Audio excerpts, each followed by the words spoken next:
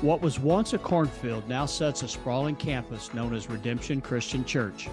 In small-town rural southern Indiana 23 years ago, an upstart church began with a handful of people, and God has grown it to an impactful church of more than 2,000 with campuses in 3 towns.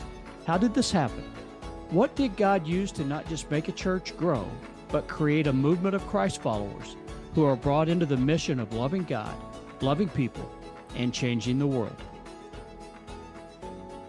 Well, Daryl, hey, man, it's good to see you. And the redemption story, you and I started talking about how we might consider putting the redemption story out, just kind of reliving what's taken place the past 20-plus years with the church. And now you've identified this time a little bit. Why is now, in your opinion, the right time to start talking about where the church started and where it's come? Yeah, well, so what we have a lot of times is, obviously, you can't look at this church and this ministry and not realize God's done something pretty special, pretty cool, pretty unique, really, when you think about 85% of churches in America are on the decline. And certainly in rural America, you don't see church growth and church impact and like we get the privilege of being a part of. And so obviously when I go places and when I talk to people, they want to know more about the how and the why and the what and what's happening there. And so I've always been a little hesitant to talk about it because it's not my story. It's really a God story, and there's no way, I mean, it's that whole catch the wind concept of one of our mantras. There's no way this happens without God. He's the one that's driving it and guiding it. At the same time, while I'm hesitant to talk about it because I don't want the attention on me because I'm just really imperfect. It's a lot of people around me. It's God.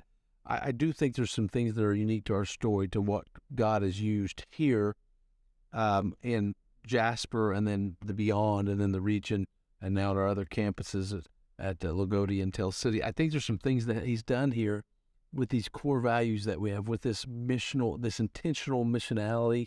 If I may have just made up a word, I don't know, but this being intentional on mission, and knowing who we are and what we're made for, what we're cut out to do, that I think can be told and be used. People don't need to try to be us, but maybe they can be inspired by some of the things God's done here. And it's very applicable to no matter where you're at. And certainly if you're sitting in rural America, I think you can maybe catch some ideas. And we learn from people all the time. Like we don't have it all figured out. We're always learning from people. So if people can learn something from what God's doing here, then I'm just excited to share it. Well, you know, one of the pieces for those of you tuning in and watching this introductory episode of the Redemption Story, Daryl's been very clear that as we move forward, this isn't about him. One of the things that we learn through the mission, love God, love people, change the world, is the people that God brings into our lives, takes out of our lives. There's a purpose, there's a reason. You've been very consistent, very intentional about the aspect that the people is what has made and developed the redemption story. Yeah, the people that God has sent here at just the right time, at just the right place, it's just been uncanny. It's just amazing. Right back from the early days when we decided, you know what, we're in this little warehouse, we've got to build a building, a tool somewhere, and there was a man, and we'll talk more about people later, but a man by the name of Randy Berg, who's just a good old DuBois County guy, general contractor, and God sent him at just the right time, and he kind of just put his hand all over that process, helped lead us through it, and be such a big part, and continues to be a part of the redemption story even today. And just things like that I think about when we were trying to expand our worship ministry to be what it was. This family showed up for just a short period of time. They bought a bunch of equipment to use, instruments, and they participated. Then they moved to a whole different state, but yet God had put them there for that time. And so if you could sit back and think, and I try to do that, there's just been hundreds of people that God has brought our way to use us. And so it's not my story. It's God's story, and it's lots of other people's story. And it is how we've set out to be very, very on focus on loving God, loving people, and changing the world. And really, it's loving God and loving people and watching Him change the world, one person at a time. And I think this story is an amazing story that I just really am thrilled to get to be a part of. I love that. And as we record this introductory episode, it's just a couple days after you've launched the series, Emptying the Jar. And as I correlated preparing for this recording, it came to me that to empty the jar, there's no lid on the jar, which correlates to the story's not done. The story, in fact, in many ways, starts every day with its mission. Yeah, there's a great passage of Scripture that talks about God's mercies flow out new each morning. And I think, that is so true in our lives, but it's also true in the church. Like, this story just is a continual extension of God's grace and love and reaching people. And there's a lot of talk in our current time of recording this, of this revival that's taking place at a college in Kentucky, Asbury. And it's like, I think this moment in time is ripe for the harvest. I mean, Jesus said it a long time ago, and I still believe that's true.